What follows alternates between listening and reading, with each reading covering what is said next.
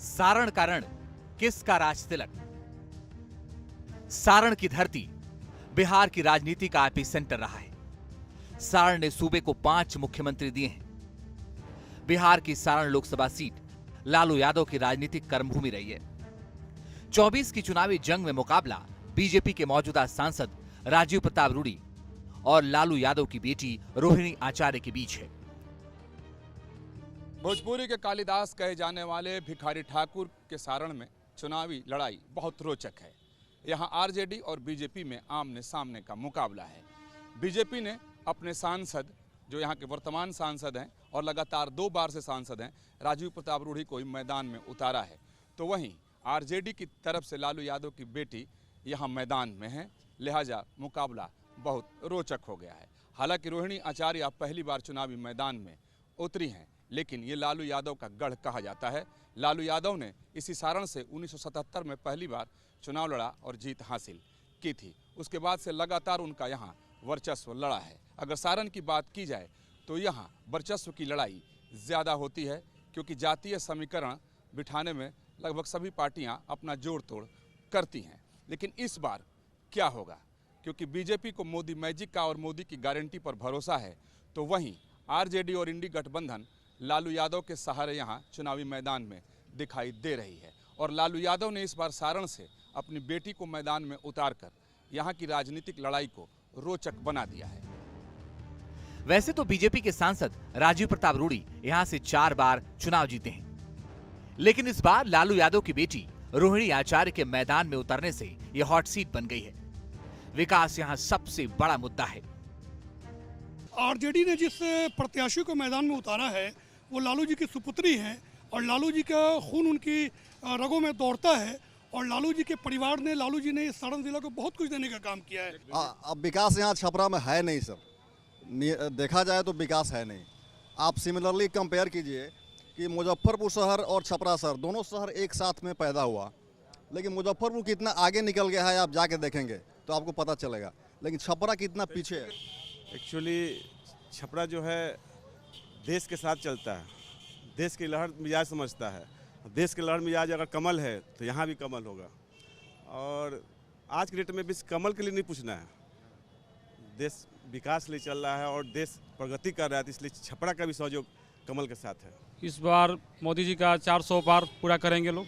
जो भारत माता का वैभव और ऐश्वर्य को पहुंचाया है इस विश्व के मानस पटल पर, उसका जय जयकार होने वाला है। इसका मतलब क्या हुआ? नाम क्या है? इस नाम भारतीय जनता पार्टी, नरेंद्र मोदी। और क्या? सारण में कमल खिलेगा, एकदम खिलेगा। आरजेडी का दावा है कि यहाँ लालटेन जलेगा, लालू जी की बेटी मैदान में है। तो 20 वर्ष पहले भी जला था, इसके पहले भी जला था, क्यों जलना बंद हो गया? ये तो सोचना चाहिए, आपको भी सोचना चाहिए, यहाँ की जनता को भी सोचना चाहिए। आरजेडी है सो दलित पिछड़ों की पार्टी है, शोषितों की पार्टी है, उन्हीं के लिए काम करती है, आरक्षण के लिए काम करती है। अभी लड़ाई मंडल और कमंडल में पूरा देश में चल रहा है, कहीं कोई मुद्दा नहीं है। 400 पार 500 पार सब धरा का धरा रह जाएगा। अब वही मेन मुद्दा है रोजगार, मेन मुद्दा है आरक्षण।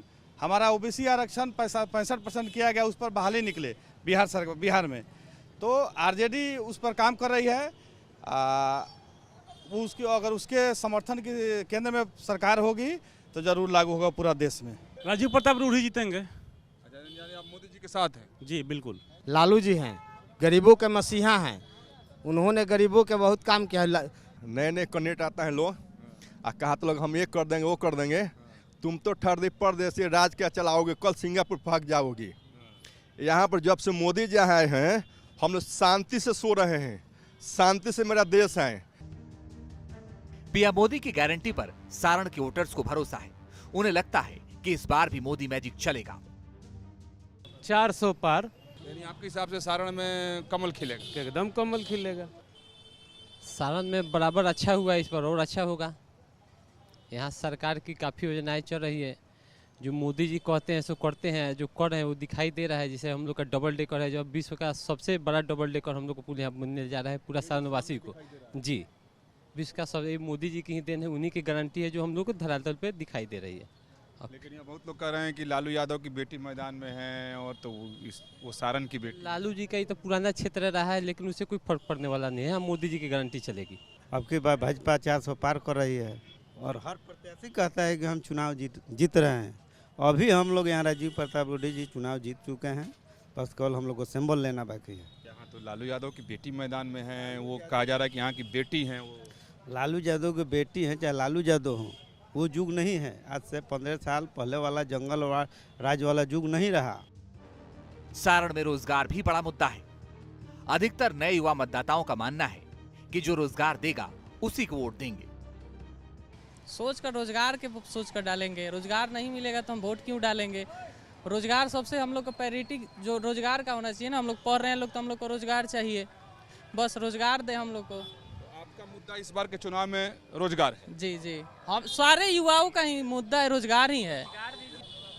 हम लोग का तो भरोसा है कि जो रोजगार देगा उसको हम वोट डालेंगे। तो ये एक मतलब चुनाव जो है ये तो मतलब स्टेट का चुनाव नहीं है, ये मुद्दा नेशनल लेवल का मुद्दा है। और हम लोग का एक ही लक्ष्य है, मोदी जी अगर रहेंगे तो राष्ट्र का वैभव रहेगा, और राष्ट्र का वैभव रहेगा अगर राष्ट्र सुरक्षित रहेगा तो हम लोग भी सुरक्षित रहेंगे।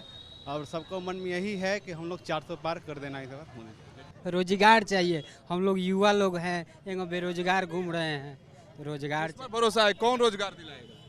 आरजेडी तेजस्वी यादव। साल 1977 में पहली बार लालू प्रसाद यादव यहीं से जीतकर संसद पहुंचे थे। उस समय ये सीट छपरा लोकसभा सीट कहलाती थी। साल 2008 में परिसीमन के बाद इस सीट का नाम सारण लोकसभा सीट हो गया था। एक वक्त वो भी आया जब लालू यादव को सारण से लोकसभा चुनाव में हार का सामना करना पड़ा। वो साल था 1996। इसके बाद एक बार फिर 2004 और 2009 के चुनाव में इस सीट से लालू यादव की विजय हुई, जबकि 2014 में मोदी लहर में बीजेपी के राजीव प्रताप रूडी ने जीत हासिल की थी। राजीव प्रताप रूडी ने राबड़ी देवी को हराया था। 2019 में भी राजीव प्रताप रूडी ने जीत दर्ज की। उन्होंने लालू यादव के समधी चंद्रिका राय को हराया था। इस बार चुनावी जंग में किसका पलड़ा भारी रहेगा, हमने सारण की जनता से बात कर इसे समझने की कोशिश की। सारण की राजधानी कहे जाने वाले छपरा शहर के बाद न्यूज नेशन की टीम सारण लोकसभा क्षेत्र के एक ग्रामीण इलाके में है। यहाँ सिर्फ किसान लोग रहते हैं, हालांकि बहुत सारे लोग यहाँ से बाहर रहते हैं, लेकिन गांव में भी लोग हैं। चारों तरफ जिधर भी देखें तो सब्जी की खेती, मक्के की खेती, गेहूं की खेती। तो ऐसा ही एक जगह यहाँ कुछ लोग दिखाई दिए तो मैं रुक गया कि चले इनसे बात करें। इस बार के चुनाव में क्या होने वाला है आपके एरिया में? रूडी के वोट मिलेगा। योजना का लाभ मिलता है आप लोगों को? हाँ, लेकिन इस बार तो लालू यादव की बेटी यहाँ से हैं। लालू जी कह रहे हैं कि उनका इलाका है, सारे जो गरीब लोग हैं, दलित लोग हैं, पिछड़े लोग हैं, उनको वोट देंगे। ना हम लोग तो रूडी को देंगे वोट। मोदी जी कहते हैं कि भाई उनका चल रहा है यादव, लोग उन पर बड़ा भरोसा करते हैं, तो मोदी पर भरोसा होता है आप लोग? हाँ, उमाशंकर जी, इस बार क्या होगा आपके इलाके में? मोदी का आएगा सरकार। मोदी क्यों आएगा? मोदी के गरीब के लिए कुछ बहुत किया है, गरीब के लिए बहुत करते हैं, किया है। किसान सम्मान निधि मिलता है आप लोगों को? हाँ, मिलता है। और भी केंद्र की योजना का लाभ मिलता है? जो आता है मिलता है। रूडी प्रताप निकलेंगे यहाँ से। अच्छा। और मोदी तो सरकार बन कर ही रहेगा, ना का सवाल नहीं है। तो आप लोग पार्टी देखते हैं, प्रत्याशी देख रहे हैं या मोदी देख रहे हैं? हम लोग मोदी देख रहे हैं। अच्छा, मोदी बहुत काम किए हैं, बहुत सा काम किए। इतना सरकार आया, इतना गया, कोई से फायदा। हम लोग हर चीज़ मिल रहा है, राशन फासन, गैस फैस सब हम लोग को टाइम पर मिल रहा है। इस बार आप लोग क्या करेंगे सारण में? सारण में वही मोदी सरकार को हम लोग और रूडी प्रताप को निकालेंगे। तो रूडी प्रताप को हम लोग बहुत चीज़ मिला है, राशन फासन, इंदिरा आवास जितना है सब रूडी प्रताप का और मोदी सरकार के हम लोग के खिलाफ। सारण में जातीय समीकरण की बात करें तो यहाँ यादव और राजपूत वोटर अहम है। यहाँ यादव 25%, राजपूत 23%, वैश्य 20%, मुस्लिम 13% और दलित 12% हैं। जब लालू यादव गंभीर रूप से बीमार हुए तो रोहिणी आचार्य ने उन्हें किडनी दी थी। रोहिणी की इस पितृभक्ति की काफी सराहना हुई। अब रोहिणी लालू परिवार की सियासी विरासत को आगे बढ़ाते हुए पहला चुनाव लड़ रही हैं। अपनी बेटी की चुनावी पारी के आरंभ पर उसे आशीर्वाद देने के लिए लालू यादव सारण पहुंचे, पूजा पाठ किया, कहा कि रोहिणी की जीत सुनिश्चित है। पहली बार चुनावी मैदान में उतरने से रोहिणी आचार्य उत्साहित हैं। उन्हें उम्मीद है कि जनता का समर्थन जरूर मिलेगा।